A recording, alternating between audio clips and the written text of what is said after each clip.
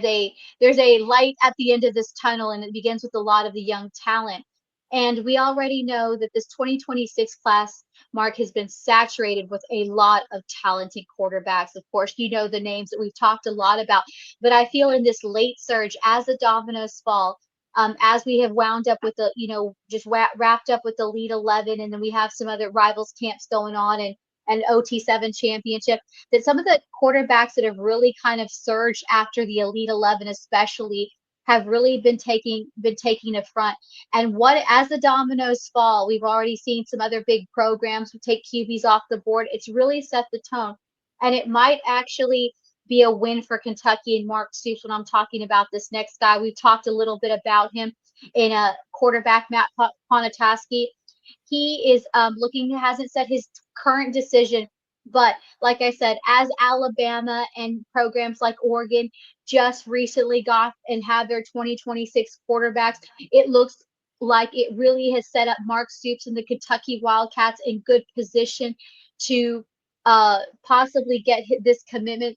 Kentucky has always been one of those teams. Oscar Rios, of course, was another quarterback that has committed elsewhere, but they were always on the top of the radar. But now it seems that after the dominoes have fallen, that Matt Ponatoski could be the guy down the road that the Kentucky Wildcats have been patiently waiting for as far as a QB talented, fresh off the Elite 11. I mean, when you watch his film from the Elite 11, he is probably one of the most accurate guys from the jump. And this is what we're talking about. Origa had guys like Keyshawn Henderson, Faison Brandon, Dia Bell, the top commits that we talk about. And he really gave him a run for his money. I mean, he just made each of his throw extremely accurate, look, effortless. Like I said, he was one of the most accurate, if not most accurate passers consistently across the board, going head to head with those names. And like I said, from the moment he was on that field, you could see how he was just knew exactly how to impeccably place his passes. And again, this is another kid who's played dual sports, Gatorade Player of the Year. He had a real finesse when it came to goal line throws, Mark, from watching him on his field.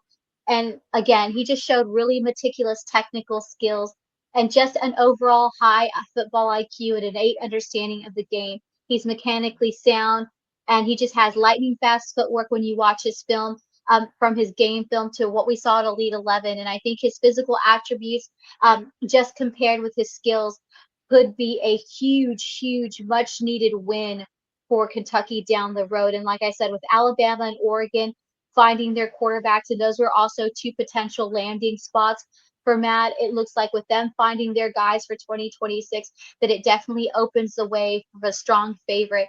And the feeling has always been mutual.